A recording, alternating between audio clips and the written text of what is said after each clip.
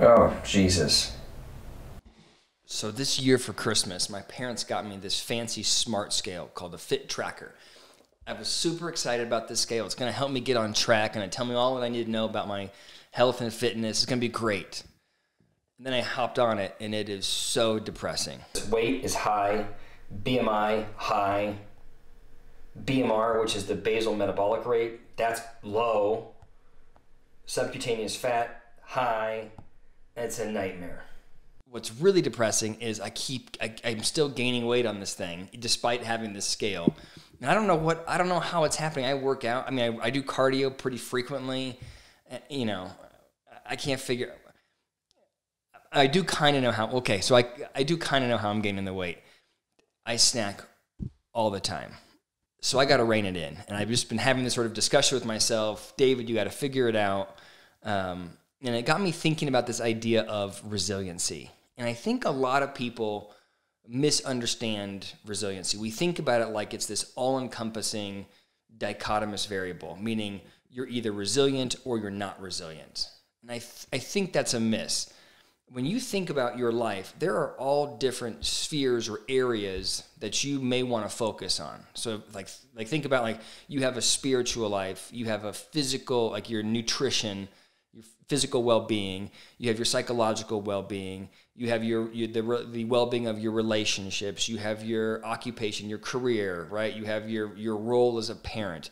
All of these different spheres or aspects of your life are vulnerable to suffering when things go bad, right? When we think about resiliency, resiliency is just your ability to overcome a challenge. When something bad happens, how well do you sort of retain your shape and bounce back?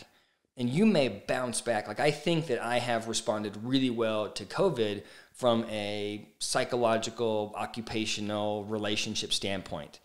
I feel like I'm in a pretty good place.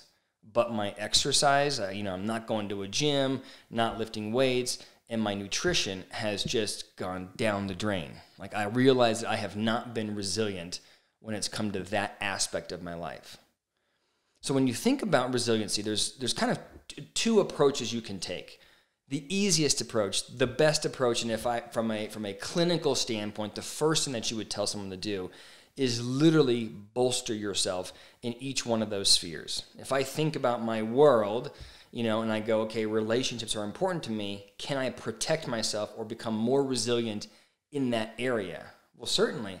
I could put myself on a schedule to connect with my family and friends. I could do more phone calls. I could be maybe more transparent about how I feel with people, right? I could make sure that I'm doing Zoom calls with friends from college or whatever. I could engage in activities that would support me in that world.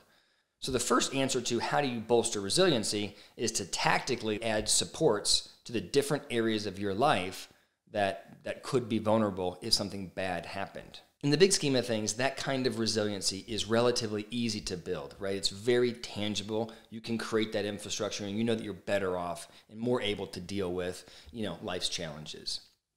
What's maybe more impactful, but also more difficult to build is mental toughness, right? How do you become the next David Goggins or Jocko Willink or whoever? How do you become a person that is impervious to distress? The reality is you're never going to be impervious to distress, but you do want to create a sense of personal agency, a belief in yourself that no matter what you're confronted with, whatever the challenge is, a belief in yourself that says, I will overcome it. So here's the trick. There's only one way to build that kind of resiliency. You have to prove it to yourself.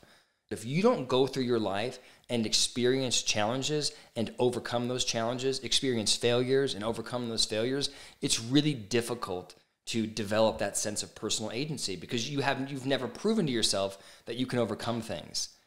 It reminds me there's a really interesting study, I think it was done in Britain, and I believe it still is happening in the United Kingdom, where they are actually making playgrounds for kids more dangerous, right? In the United States, we have sort of, we've got hand sanitizer everywhere. We're cleaning everything. This is before the coronavirus.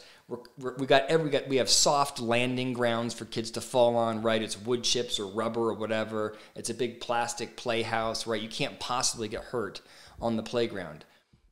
In Britain, they've moved to a more dangerous model. tire swings, mud pits, stacking of 2x4s, saws laying out, hammers, things that kids could actually get hurt on.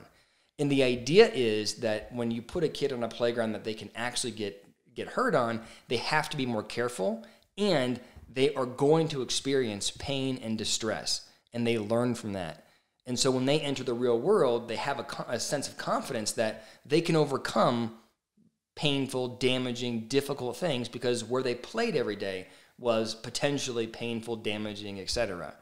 In the U.S., you've probably heard of the metaphor of the lawnmower parent, right? We are removing all of our challenges, and so when we're confronted with something significant, it's really hard for us to have any kind of sense of personal agency, right? That mental toughness disappears.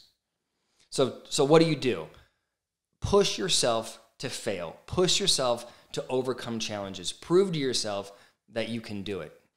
All right, and the last thing is to develop a sense of purpose. One of the most important things that humans need is a sense of purpose, a sense of meaning in life.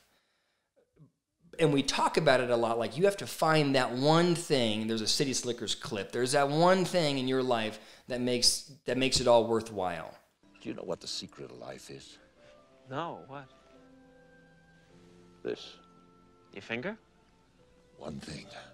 Just one thing. You stick to that and everything else don't mean shit. That's great, but what's the one thing? That's what you gotta figure out. And people search forever trying to figure out what is that one thing. And the reality is there is no one thing. And if you spend all of your time trying to find that one thing, good luck, because there's a good chance you're not going to find it. But what you can find is lots of little things that are impactful, lots of little things that are meaningful to you. And those things together, in aggregate, that's what your life's meaning is. But you have to make the mental transition. You have to shift to think about it like, all of these things make my life worthwhile. It's not just this one thing. So I'm gonna dive into head first into my relationships. I'm gonna try really hard at work. I'm gonna care about work. I'm gonna engage at work. I'm gonna engage with my family. I'm gonna engage with my kids, because these things are really important to me. They are my meaning. They are my purpose. Right? I think sometimes we move through the world and we passively hope that some gigantic sense of meaning is going to fall upon us, and that's going to give us that purpose that we need. The reality is that we have to not only be looking for it, but when we find things that are valuable, we need to push for it. We need to create the purpose. That's your responsibility. And if you feel that sense of purpose, then I promise you, you will become very, very, very resilient when those things are challenged. So I hope that's helpful. Like and subscribe, and I'll see you next week.